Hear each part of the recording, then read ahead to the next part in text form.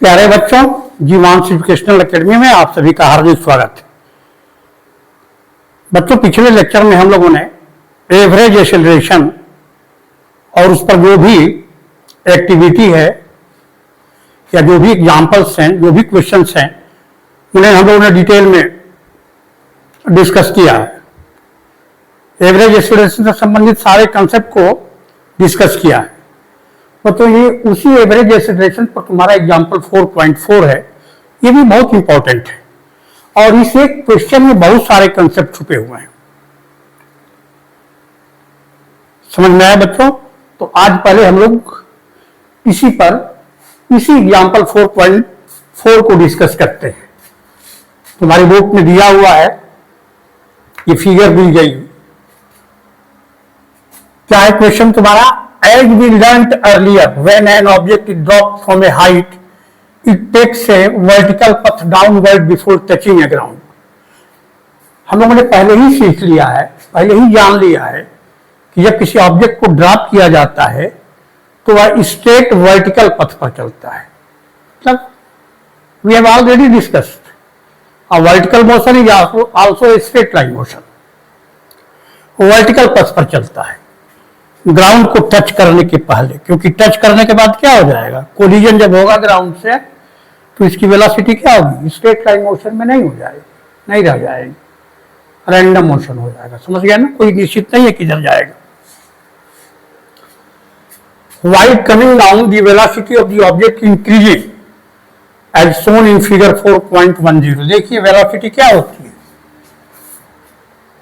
t equal to 0 second per velocity कितनी है? 0 है, मतलब ऑब्जेक्ट यहाँ रेस्ट में है, यहीं से ड्रॉप किया गया है।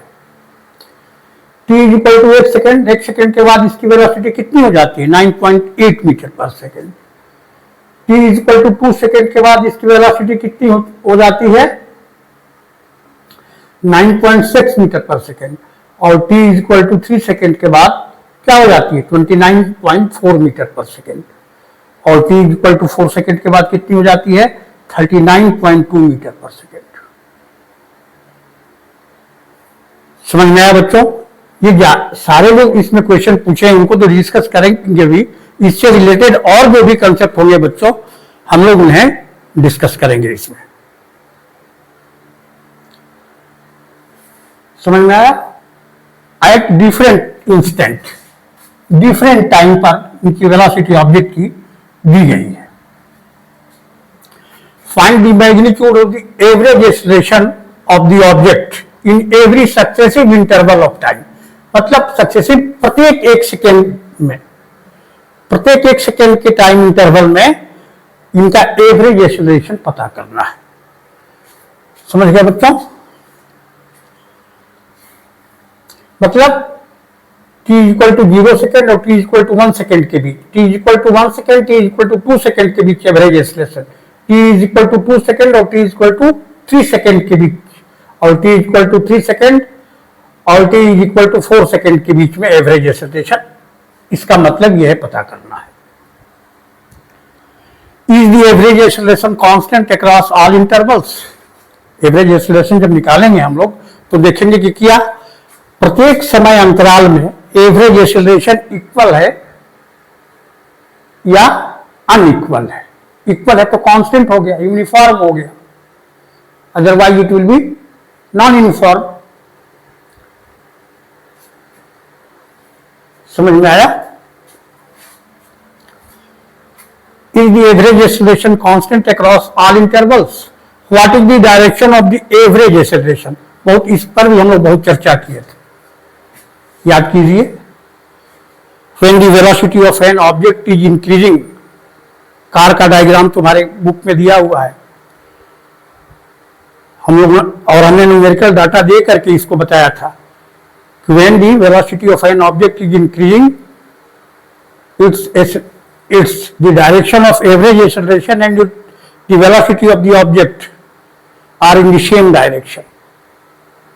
And when the velocity of object is decreasing, the direction of velocity and average acceleration are opposite to each other. मेरा पिछला लेक्चर देख लीजिएगा, तो वही क्वेश्चन यहां पर भी लास्ट में पूछा है, what is the direction of the average acceleration.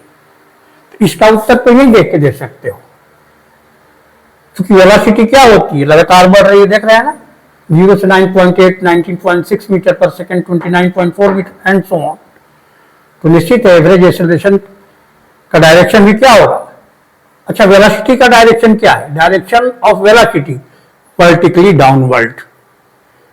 तो डायरेक्शन ऑफ एवरेज एक्सेलरेशन भी क्या होगा बच्चों, vertically downward as the velocity of object is increasing, and we have already discussed in the previous lecture.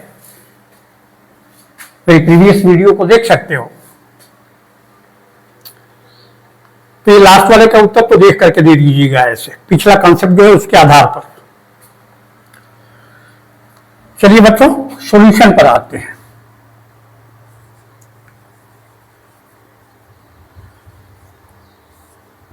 बच्चों 9th class से gravitation तो हटा दिया गया है, अब एक ही बार तुमको 11th क्लास में पढ़ना होगा, लेकिन उससे संबंधित एक्सेलरेशन को कहा है तो थोड़ी सी उसकी चर्चा हम लोग शुरू में ही कर लें तो बेहतर रहेगा इसके बारे में। व्हाई डज, किसी ऑब्जेक्ट को जब ड्रॉप कर दिया जाता है तो क्यों वर्टिकली डाउनवर्ड गिरता है।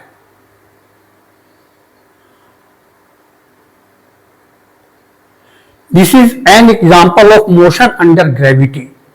क्यों, क्योंकि पृथ्वी हर चीज को बच्चों क्या करती है, नीचे की तरफ खींचती है। मतलब हर ऑब्जेक्ट पर फोर्स ऑफ अट्रैक्शन क्या होता है, पृथ्वी लगाती है, और इस फोर्स ऑफ अट्रैक्शन को क्या कहते हैं, अर्थ ग्रेविटेशनल पुल या सिंपली ग्रेविटी कह देते हैं। समझ में आया। तो एक प्रॉपर डिफिनेशन इसकी भी लिख लेते हैं ताकि आगे जो इसमें आएगा कंसेप्ट उसको समझने में आसानी रहेगी। शुरू में हम नोट कर लेते हैं बच्चों, बहुत ही सिंपल डिफिनेशन है, समझ गए ना। ग्रेविटी थोड़ा सा बस उसकी एक 2 लाइन की प्रॉपर डिफिनेशन लिख लेते हैं। ग्रेविटी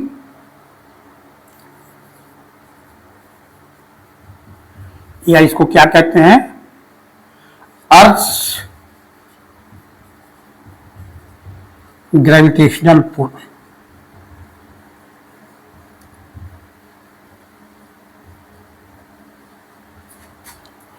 बस the force of attraction, the force of attraction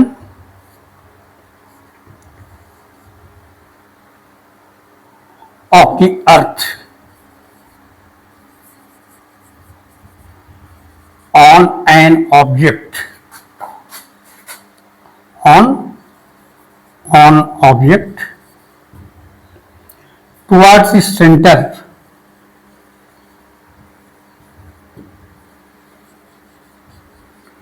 is known as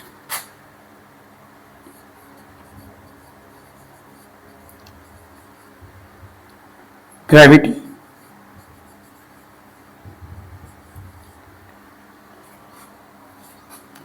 or Earth's gravitational pull.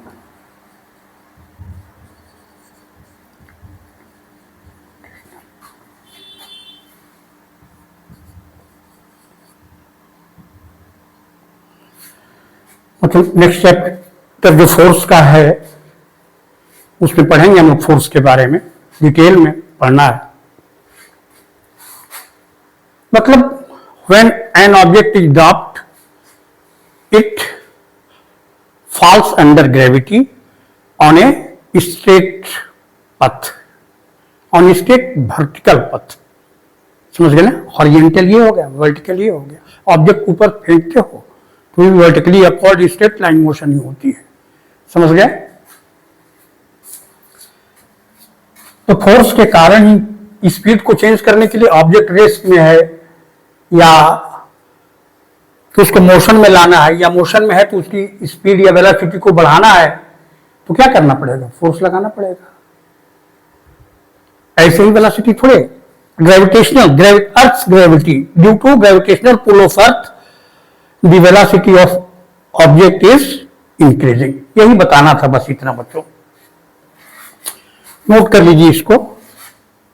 और यहां जो एक्सेलरेशन पैदा होगा बच्चों इस ग्रेविटी के कारण, तो उसी को क्या कहते हैं, एक्सेलरेशन ड्यू टू ग्रेविटी। समझ में आया? तो जो भी एक्सेलरेशन हम लोग इसमें एवरेज एक्सेलरेशन निकालेंगे उसको क्या कहेंगे? एक्सेलरेशन ड्यू टू ग्रेविटी, और उसे स्मॉल जी से रिप्रेजेंट करेंगे, जो तुम्हारी एनसीईआरटी के बुक में भी किया है बच्चों।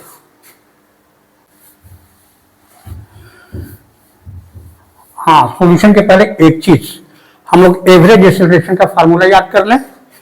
एवरेज एक्सेलरेशन क्या है बच्चों? पढ़े हो? सी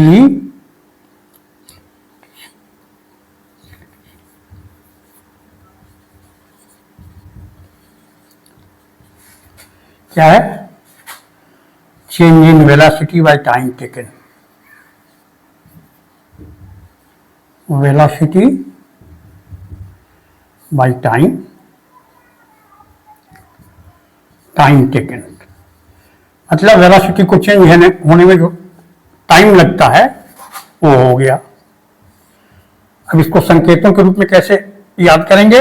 एवरेज एक्सेलरेशन को किससे रिप्रेजेंट करते हैं? ए से, change in velocity. Suppose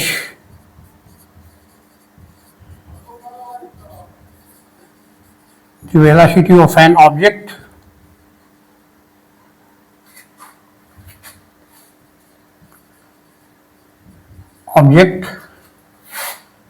at instants t1 and t2 is u and v, तब चेंज इन वेलोसिटी क्या हो जाएगी? Change in velocity in time interval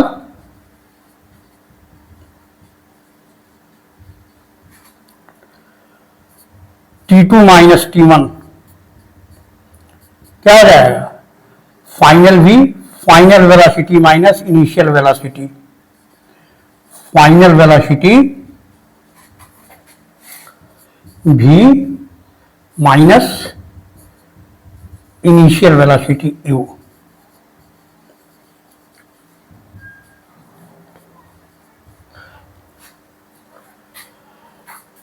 इसलिए एवरेज एक्सेलरेशन क्या हो गया बच्चों?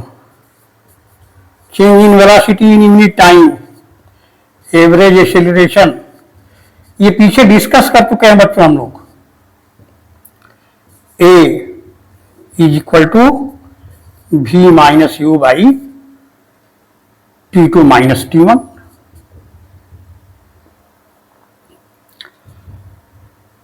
अगर T2 माइनस T1 को क्या किया जाए? T2 माइनस T1 को मान लिया जाए, टाइम इंटरवल को पूरे को T2 में से T1 घटाएंगे तो कुछ समय आएगा ना, उसको क्या मान, टाइम इंटरवल को हम लोग T मान लें, तो A क्या हो जाएगा? V minus you by T हो जाएगा बच्चों। इसी फार्मूले का यूज हम लोग इसमें करेंगे जो पिछले लेक्चर में डिस्कस कर चुके हैं। तो इस फार्मूले को या तो इस रूप में या इस रूप में, या और average change in velocity V minus you को क्या मान लें हम लोग? लेट V माइनस यू क्या हो गया? Delta V change in velocity बता चुके हैं। T2 माइनस T1 क्या हो गया? Delta T time interval change in time, तो A क्या हो जाएगा? Delta V by delta T। ये तीनों फार्मूले बच्चों इसलिए मैंने याद दिला दिया कि इसमें इसी फार्मूले का हम लोग यूज करेंगे। या जो बच्चे पहली बार इस लेक्चर को देख रहे हैं उनको याद आ जाएगा। समझ में आया?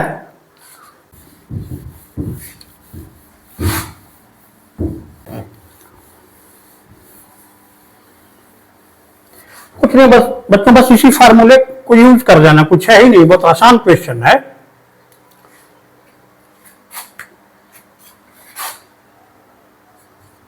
Average acceleration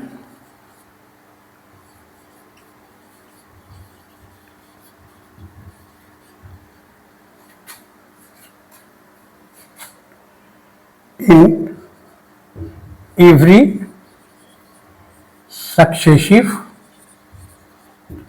interval of time। Interval of A second,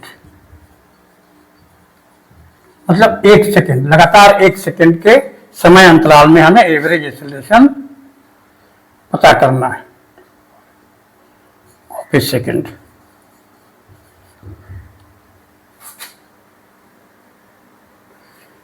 चार सक्सेसिव है बच्चों, 0 से 1 सेकेंड, 1 सेकेंड से 2 सेकेंड, 2 सेकेंड से 3 और 3 सेकेंड से 4 सेकेंड के बीच में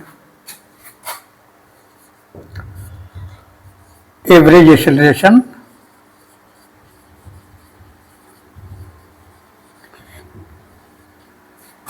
बिटवीन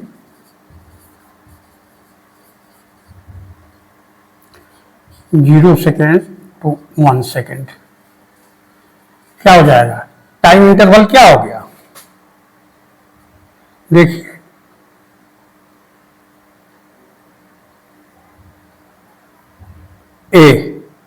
एवरेज एक्सेलरेशन क्या होता है? Delta we by delta T, या v minus you by T लगा दीजिए, तो टी यहां पर क्या हो जाएगा? 1 सेकेंड में से 0 सेकेंड घटाइए तो कितना आएगा? 1 सेकेंड। या इसका प्रयोग कर लीजिए, किसी का कीजिए, सेम बात है। सॉरी, चेंज इन वेलोसिटी क्या हो गया? 9.8 metre per second minus 0 second per velocity कितनी है? 0 metre per second by 1 second minus 0 second.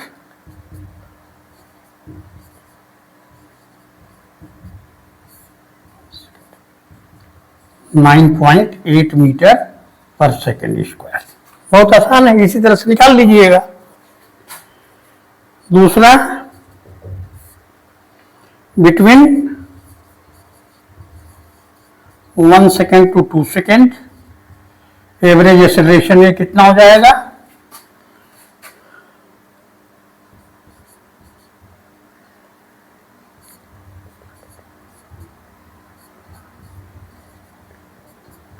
Delta v 19.6 metre per second, यार घेर देते हैं बच्चों, minus 9.8 metre per second by क्या हो जाएगा?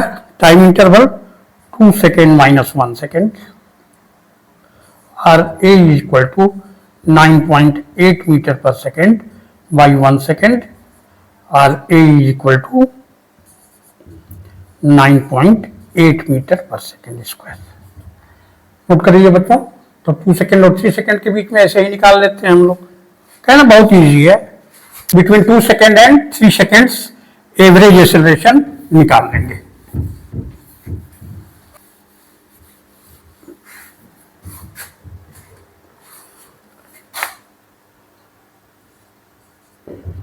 Average acceleration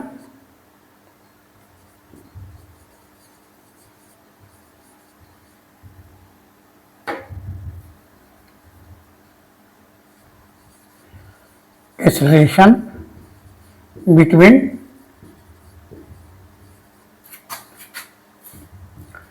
2 second and 3 second A is equal to, ये भी फार्मूला लिख सकते हैं,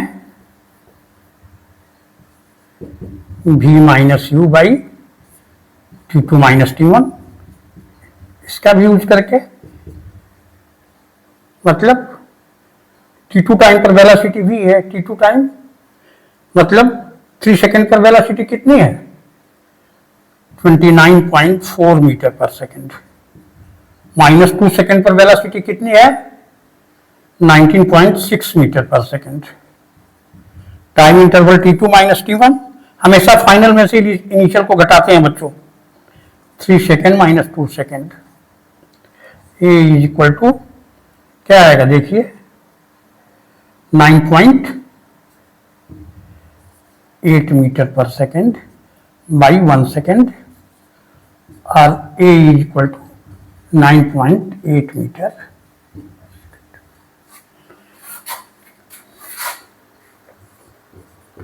four, between 3 second and 4 second. A is equal to क्या हो जाएगा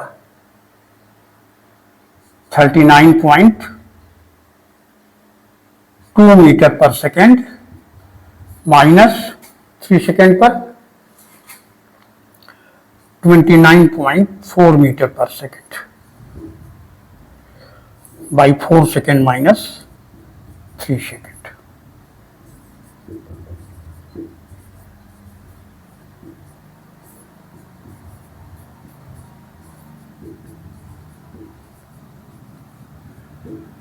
nine 9.8 metre per second square. क्या देखते हैं बच्चों, हर सक्सेसिव टाइम इंटरवल में एक्सेलरेशन क्या आ रहा है 9.8 मीटर पर सेकेंड स्क्वायर आ रहा है। मतलब क्या है, is the average acceleration constant across every intervals? Yes, average acceleration is constant across every interval. और मैग्नीट्यूड इसका कितना है 9.8 मीटर पर सेकेंड स्क्वायर। और एक्सेलरेशन वेक्टर क्वांटिटी है तो डायरेक्शन किधर होगा, वर्टिकली डाउनवर्ड। वेलोसिटी का डायरेक्शन भी किधर होगा, वर्टिकली डाउनवर्ड। और जो भी इसमें प्रश्न पूछे गए हैं उनका भी उत्तर दे दें।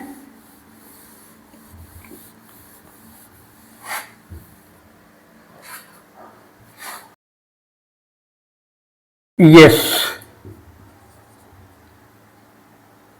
average acceleration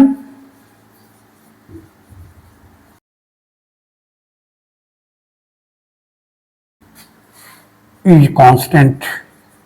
कांस्टेंट को ही कहते हैं बच्चों, यूनिफॉर्म भी कर सकते हैं।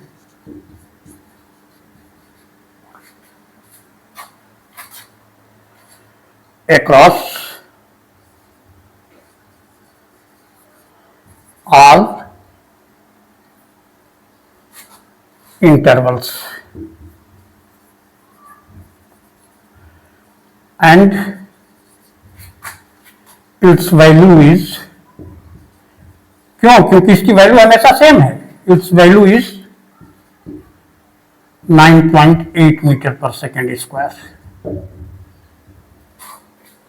What is the direction of the average acceleration?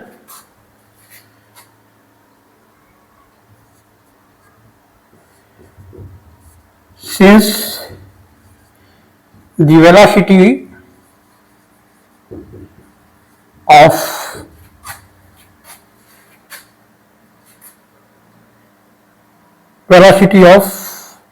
object is increasing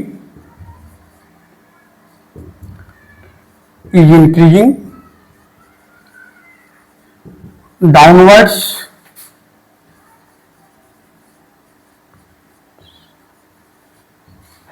तब हम लोग पढ़े हैं ना, increasing downward, hence the direction of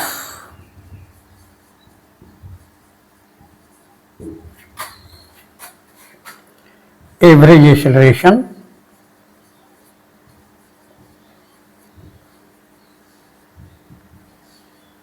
is also vertically downward।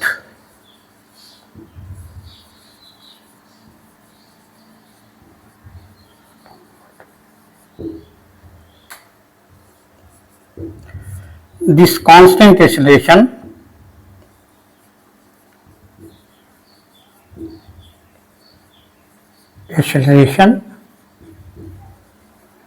is known as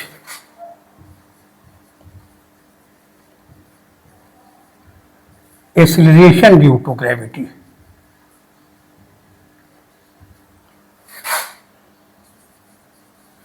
due to gravity, क्योंकि ऑब्जेक्ट की वेलोसिटी में चेंज किसके कारण हो रहा है, ग्रेविटी के कारण हो रहा है। ग्रेविटी के कारण उसकी वेलोसिटी क्या हो रही है, ऑब्जेक्ट का डायरेक्शन ऑफ मोशन क्या है, वर्टिकली डाउनवर्ड है। Direction of motion direction of motion और direction of gravity, both are in the same direction. इधर बना लेंगे कहीं ये diagram.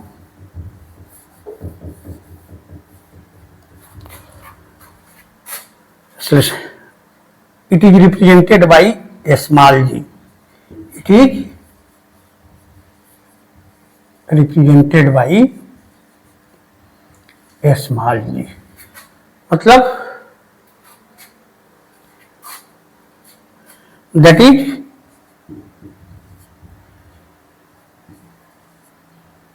the motion under gravity, motion under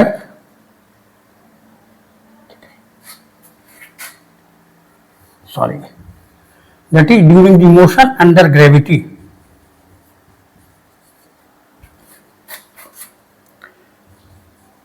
motion under gravity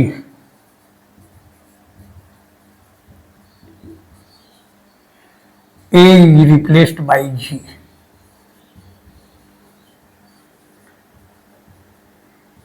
जी, हम लोग वहां ए लिखे थे तो क्या लिखेंगे हम लोग, जी लिख लेंगे। नोट कर लीजिए बच्चों, एक दो और फैक्ट्स हैं वो भी बता देते हैं।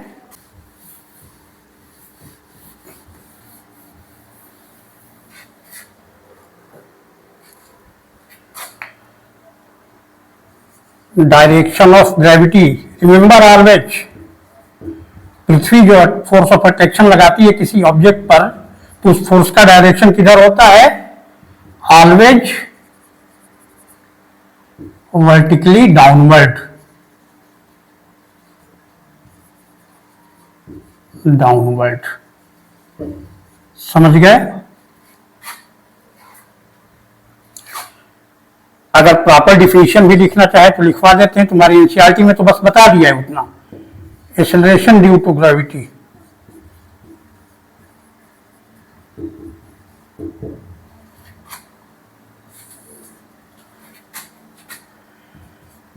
Acceleration due to gravity, gravity किससे रिप्रेजेंट करते हैं, small g is a constant acceleration। कितना वैल्यू कितनी होती है, 9.8 metre per second square.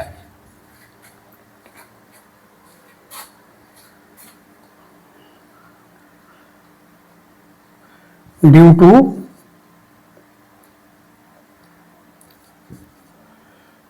Earth gravitational pull,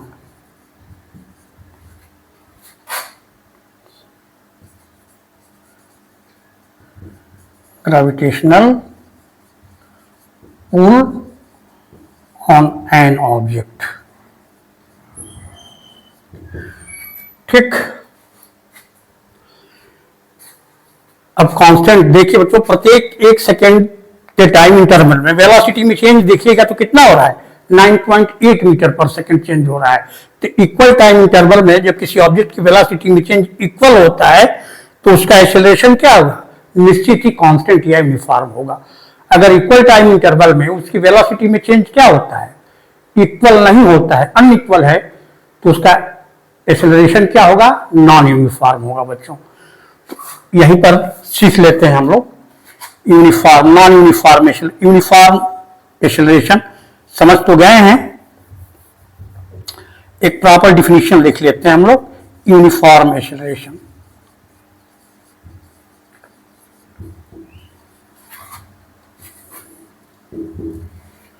If the change in velocity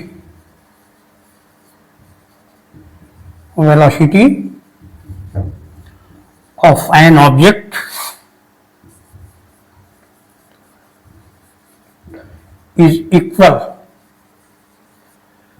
in equal intervals of time,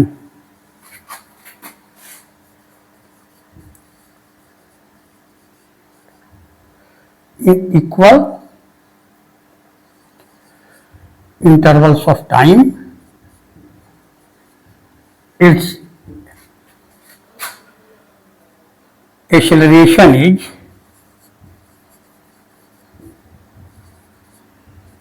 constant or uniform.